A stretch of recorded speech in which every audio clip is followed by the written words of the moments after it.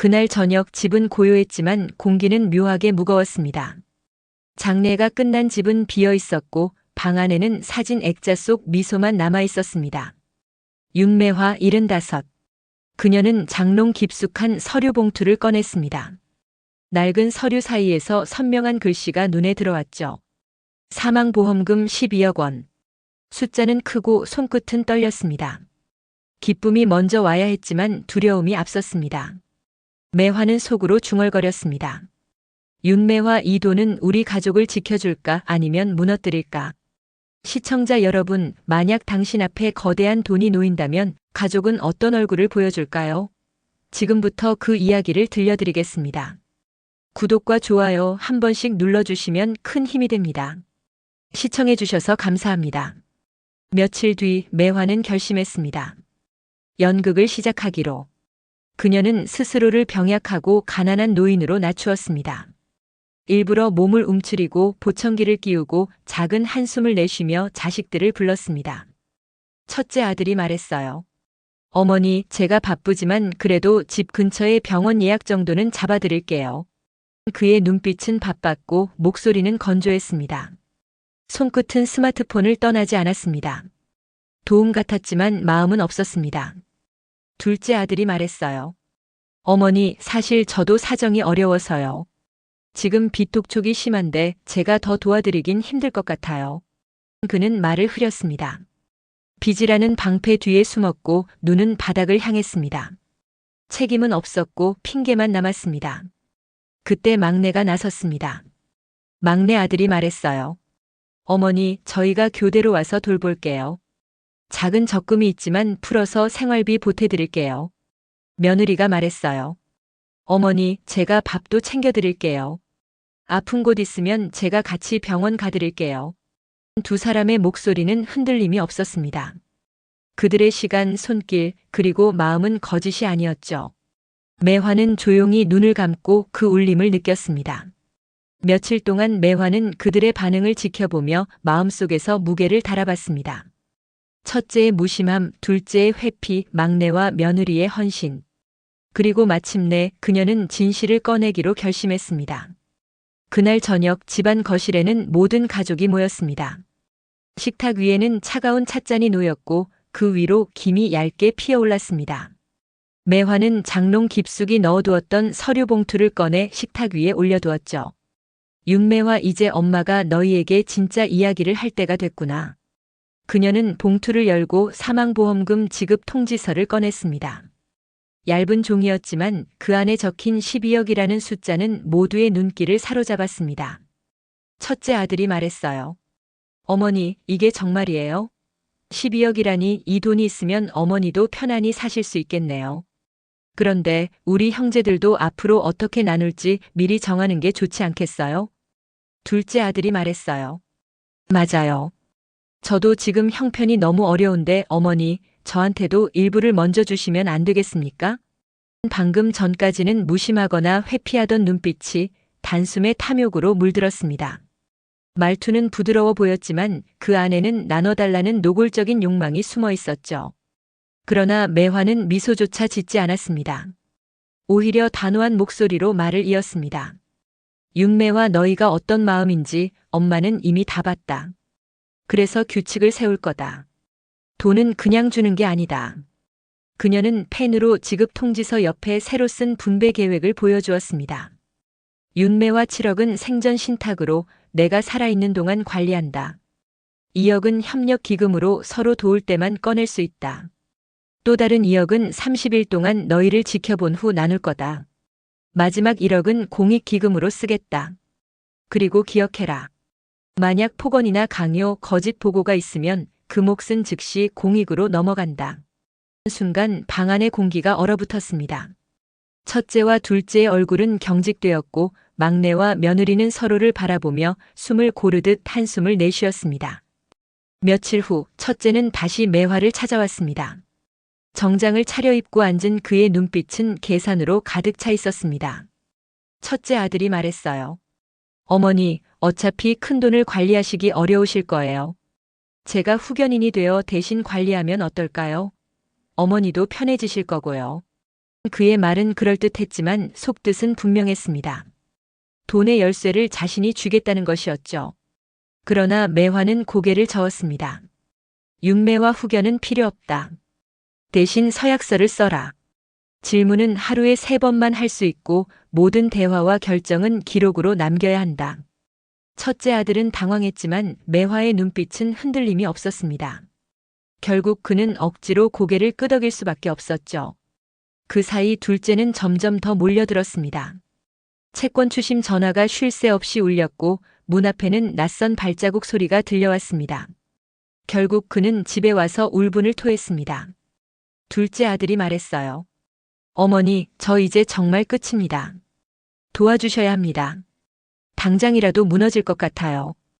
윤매와 너를 돕는 길은 규칙을 따르는 것이다. 협력 기금에서 일부를 조건부로 쓰겠다. 하지만 너 스스로 갚을 계획을 세우고 기록으로 남겨야 한다. 그렇지 않으면 기금은 움직이지 않는다. 나레이션 둘째는 울면서 고개를 끄덕였지만 그의 눈빛은 여전히 흔들리고 있었습니다. 반면 막내와 며느리는 조용히 실천을 이어갔습니다. 교대로 집을 찾아와 밥을 챙기고 병원에 동행하고 모든 과정을 꼼꼼히 기록했습니다. 그들의 수첩에는 작은 글씨로 빼곡히 메모가 쌓여갔습니다. 시간은 흐르고 가족회의는 새로운 질서를 조금씩 만들어갔습니다. 체크리스트, 보고, 보류. 처음에는 답답했지만 규칙은 갈등을 막아주고 경계를 세워주었습니다. 그리고 어느 날 밤 매화는 장롱 속에서 남편이 남긴 손편지를 발견했습니다. 거친 종이 위에 짧은 문장이 적혀 있었습니다. 사람을 믿되 기록을 남기고 사랑을 주되 경계를 잊지 말라. 매화의 손끝이 떨렸습니다. 이 말은 이제 가족의 새로운 헌장이 될 것이었죠. 새벽 공기가 얇게 갈라졌고 벽시계 초침 소리가 더 길게 들렸어요. 관찰 30일의 첫날, 식탁 위에는 작은 노트 3권이 놓였고 표지에는 보고, 보류, 협력이라고 적혀 있었어요. 매화는 안경을 고쳐 쓰고 노트를 한 장씩 넘겼어요. 윤매화 오늘부터 30일 동안 모든 말과 행동을 기록으로 남기자. 도움을 요청할 때는 질문을 3번만 정리해서 가져오고 해결이 어려우면 보류로 넘기자. 갈등은 높이지 말고 낮춰서 말하자. 그날 오후 첫째가 서류 가방을 들고 들어왔어요. 넥타이는 단정했지만 눈밑은 어두웠어요. 첫째 아들이 말했어요. 어머니, 보고 노트 형식에 맞춰 이번 주 일정과 필요한 지원 항목을 정리했어요. 후견 제안은 철회하고 대신 장보기와 병원 예약을 제가 맡겠습니다. 그의 말에는 단호함이 있었지만 마음속 계산도 섞여 있었어요. 매화는 고개를 끄덕이며 체크리스트에 표시했어요. 윤매화 좋아. 다만 발표 전에 스스로 점검하는 질문 3가지를 잊지 마라. 이건 정말 필요한가? 지금이 맞는가? 기록으로 남길 수 있는가? 저녁이 되자 둘째의 휴대전화가 거칠게 울렸어요. 추신 문자는 간격을 두지 않았고 숫자는 조여오는 밧줄 같았어요.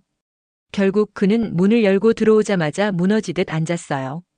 둘째 아들이 말했어요. 어머니, 채권 회사가 이번 주 안에 일부라도 갚지 않으면 법적 조치를 하겠답니다. 협력 기금에서 지원해 주시면 제가 계획으로 상환하겠습니다. 매화는 손가락으로 노트의 빈칸을 가리켰어요. 윤매화 먼저 계획을 적어라. 얼마를 언제 갚을지, 무엇을 줄이고 무엇을 늘릴지. 증빙이 필요하면 첨부하고 불확실한 부분은 보류로 옮겨라. 그리고 매주 보고하라. 둘째는 떨리는 손으로 글씨를 썼어요. 아랫줄로 내려갈수록 획은 더 깊어졌어요. 그 사이 막내와 며느리는 조용히 부엌에서 준비를 마치고 나왔어요. 밥 냄새가 방 안의 긴장을 조금 낮춰주었어요. 막내 아들이 말했어요. 어머니, 이번 주 병원 진료 동행은 제가 하고 약 복용 기록표를 새로 만들었어요. 수면 시간과 식사 시간도 함께 적겠습니다. 며느리가 말했어요.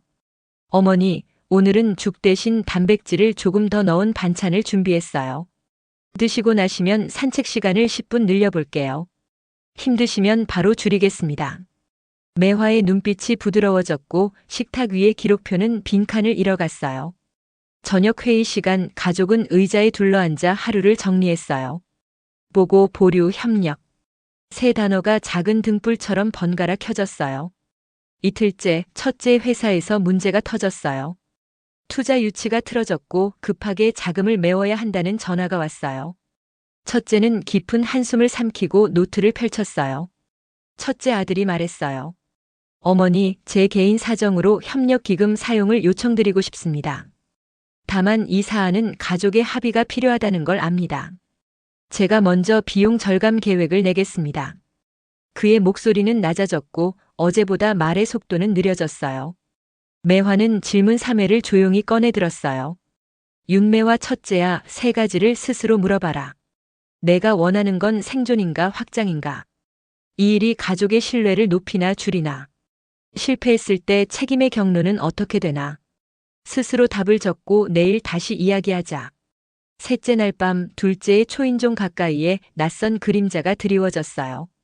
현관 앞에는 경고장이 붙었고 문틈 사이로 한숨 소리가 흘렀어요.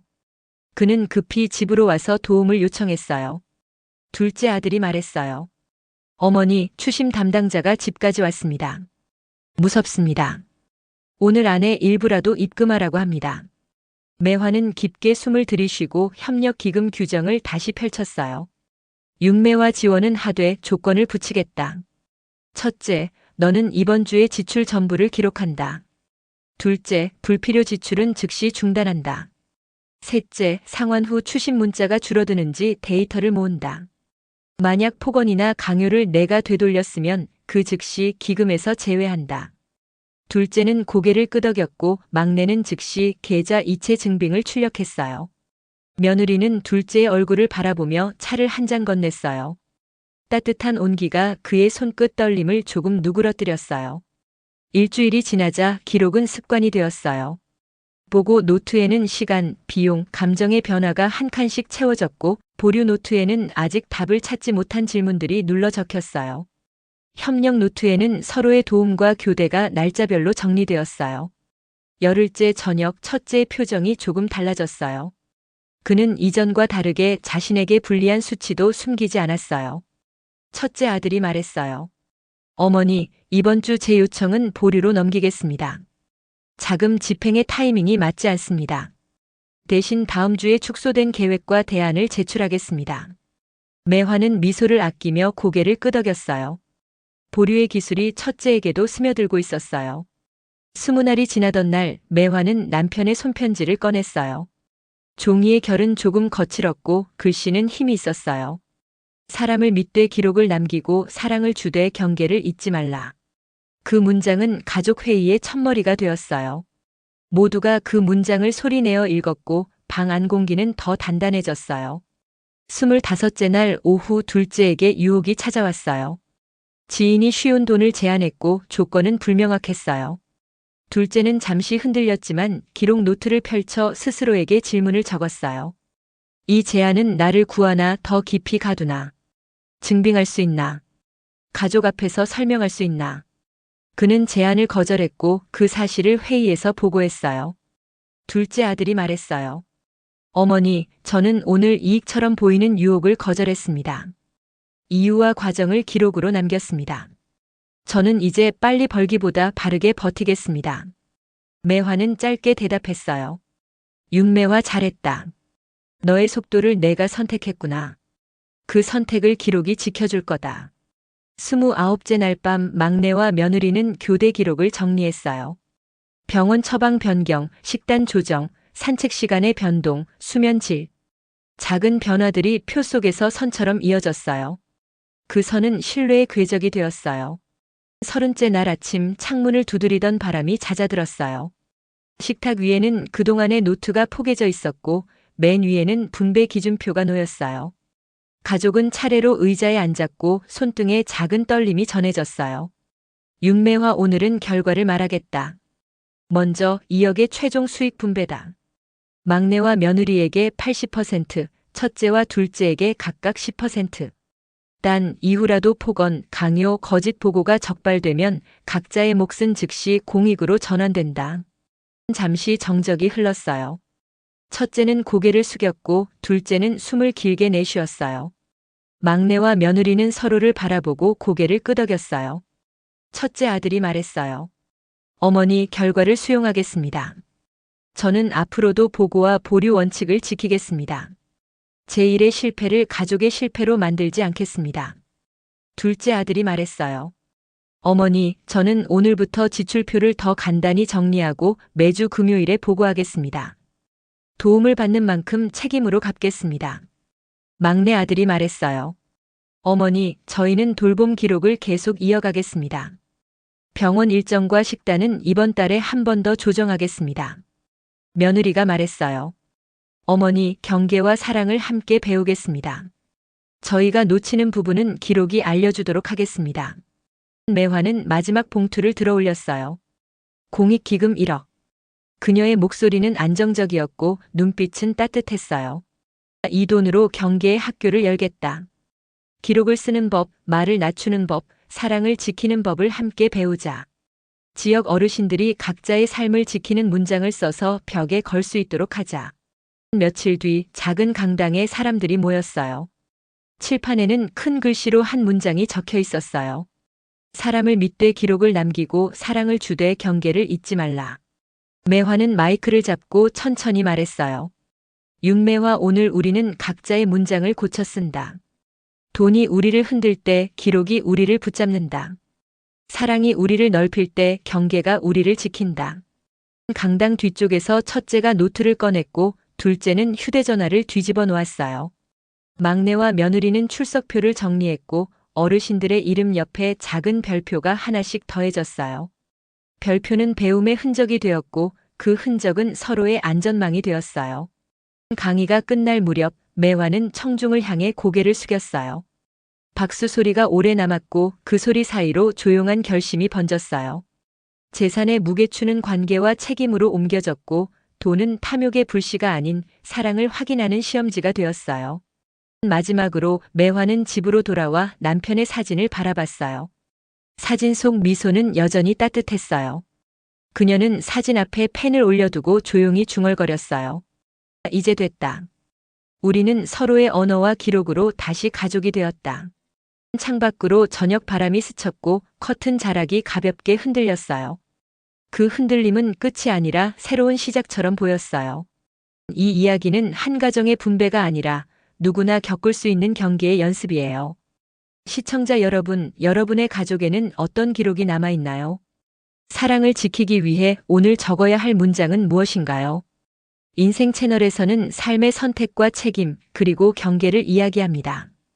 구독과 알림 설정을 통해 다음 이야기에서 다시 만나요. 당신의 삶에도 단단한 한 문장이 세워지길 바랍니다.